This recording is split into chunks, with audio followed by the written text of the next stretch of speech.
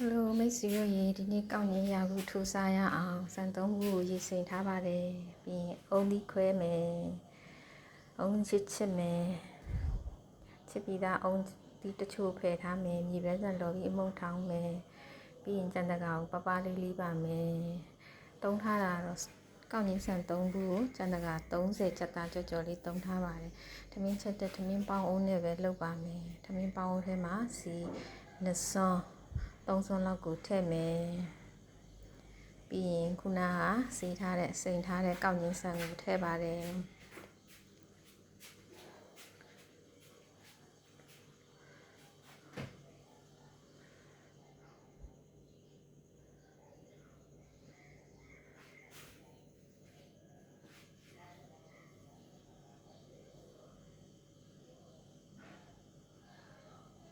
ပြီးရင်စားနှင်းငယ်ထည့်မယ်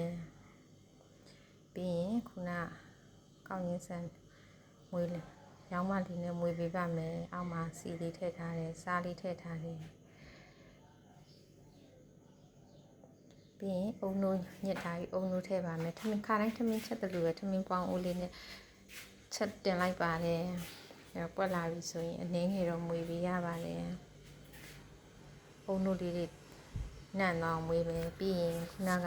ပပလေးထားတဲ့ကြံတကာကိုထည့်ပါတယ်ကြံတကာကအကုန်လုံးတော့တစ်ခါလည်းမထည့်လိုက်ဘူးလေနည်းနည်းစီထည့်မှာပေါ့ကြံတကာထည့်ပြီးလို့ရှိရင်ရောင်းမနဲ့မွေးပါမယ်အဲ့ချိန်ကထမင်းကိုတက်လာပြီနော်ထမင်းကိုတက်တဲ့အချိန်ဆိုထမင်းကိုတက်လာပြီဆိုလို့ရှိရင်အဲ့လိုကြံတကာထည့်ပြီးတော့ရောင်းမနဲ့မွေးမယ်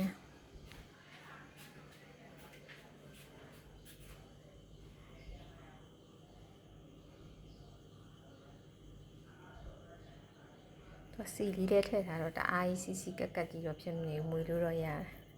အဲ့ကြံတကောင်နည်းနည်းချင်းစီထည့်မှာပေါ့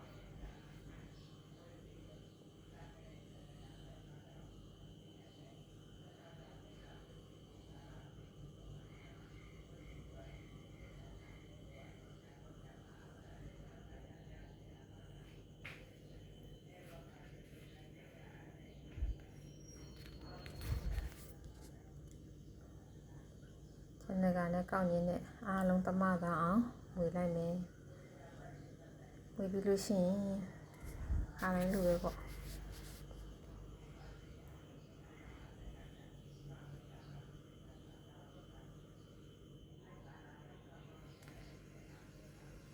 သမီးတို့တဲ့လိုမျိုးပြန်တင်လိုက်ပါတယ်